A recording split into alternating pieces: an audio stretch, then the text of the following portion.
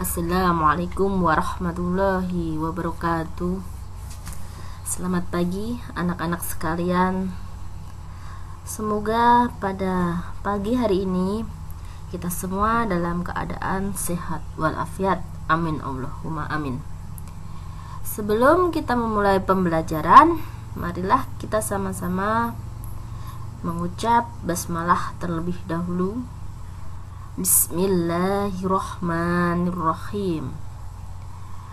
Pada pertemuan kali ini, Ibu akan melanjutkan pembelajaran sejarah kebudayaan Islam, di mana kali ini kita akan mempelajari tentang pola dakwah Nabi Muhammad SAW di Madinah.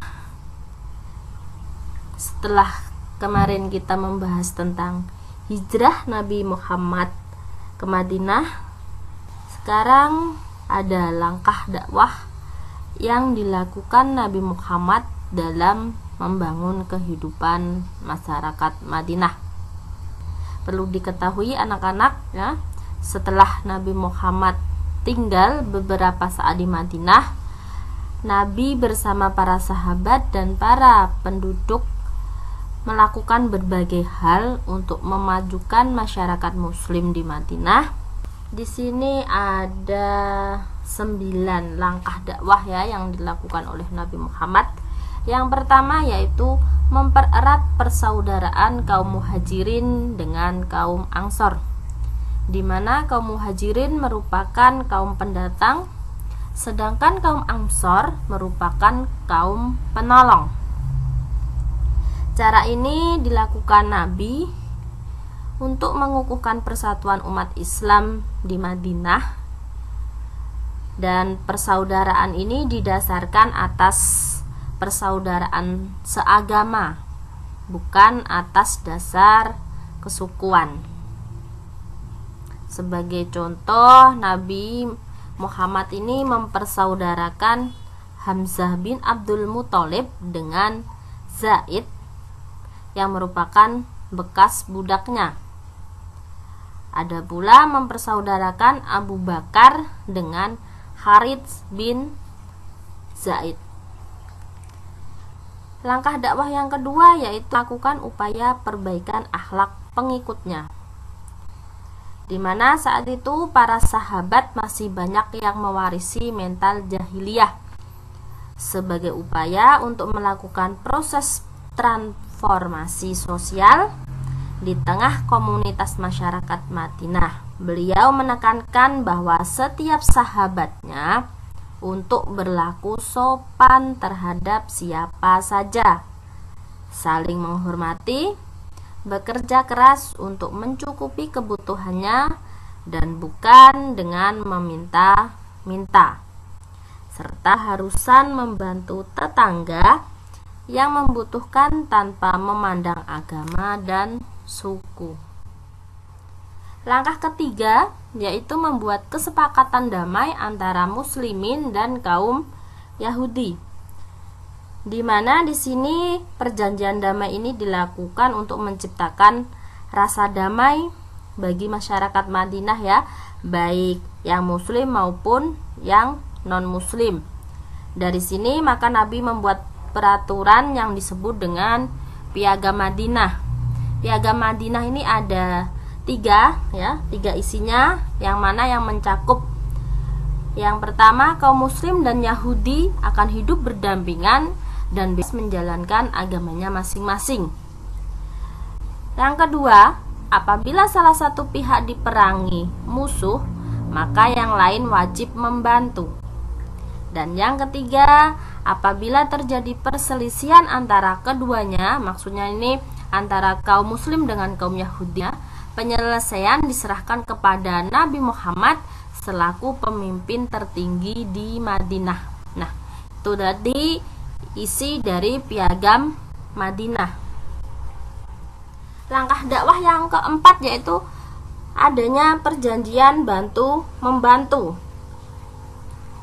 Perlu anak-anak ketahui bahwa penduduk Madinah ini sesudah peristiwa hijrah itu terdiri atas 3 golongan ya. Ada golongan kaum muslim, ada bangsa Yahudi dan bangsa Arab yang belum menganut Islam. Rasulullah menciptakan suasana bantu-membantu dan sifat toleransi antara golongan-golongan tersebut. Yang keempat yaitu membangun Masjid Nabawi. Yang kelima, membangun Masjid Nabawi. Masjid yang pertama kali didirikan oleh Nabi Muhammad ya di Madinah adalah Masjid Nabawi. Selain di sini pendiriannya dimaksudkan sebagai pusat ibadah dan dakwah Islam ya, namun juga berfungsi sebagai tempat musyawarah kaum muslimin, tempat untuk mempersatukan kaum muslimin, bahkan dijadikan sebagai pusat pemerintahan. Langkah dakwah yang keenam yaitu membuat jalur perdagangan. Nabi Muhammad ini beserta umat Islam membantu atau membangun jembatan-jembatan yang menghubungkan lembah yang satu dengan lembah yang lainnya.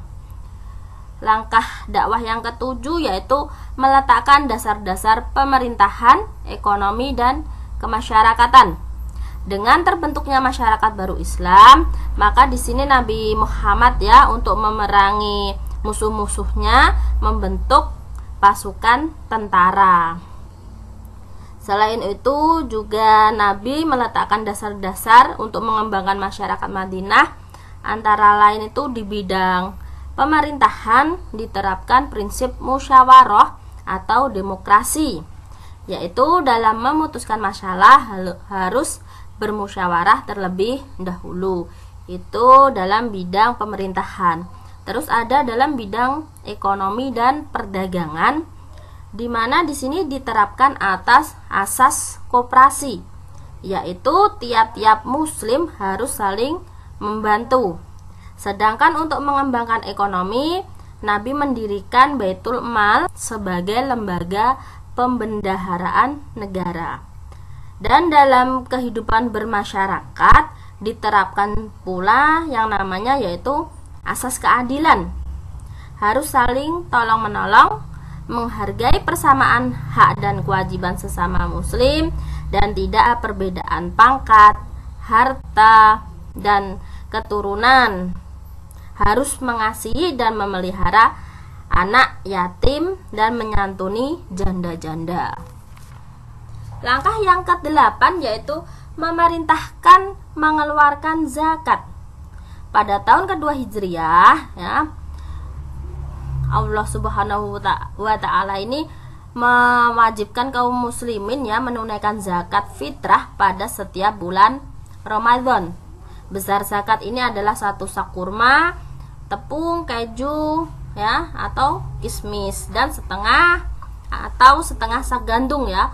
Baik itu berlaku untuk setiap muslim, baik budak, orang merdeka, laki-laki maupun perempuan, muda maupun tua, dan dibayarkan sebelum pelaksanaan sholat Id. Dan yang terakhir, yang ke-9 yaitu memerintahkan mengeluarkan jizyah atau yang disebut dengan pajak.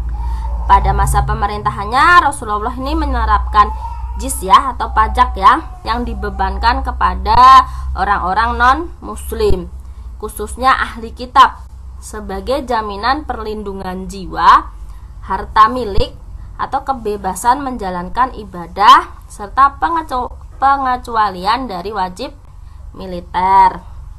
Besarnya jizyah ini adalah 1 dinar per tahun untuk setiap orang laki-laki dewasa yang mampu membayarnya. Perempuan, anak-anak, pengemis, pendeta, orang tua, penderita sakit jiwa, dan semua yang menderita penyakit dibebaskan dari membayar jizyah atau pajak tersebut. Dengan demikian, kota Madinah ini berdiri sebagai kota terbesar di Jazirah Arab dengan kemegahan yang ditampilkannya. Pada masa ini pula masyarakat muslim berkembang menjadi masyarakat besar dan menjadi pusat kegiatan perekonomian, perdagangan, dan pertanian. Nah, itulah tadi penjelasan mengenai langkah dakwah yang dilakukan oleh Nabi Muhammad selama berada di Madinah. Semoga anak-anak paham atas penjelasan Ibu dan bisa membuka juga LKS untuk mempelajarinya lebih lanjut tentang pola dakwah Nabi Muhammad di Madinah. Sekian dari Ibu. Wassalamualaikum warahmatullahi wabarakatuh.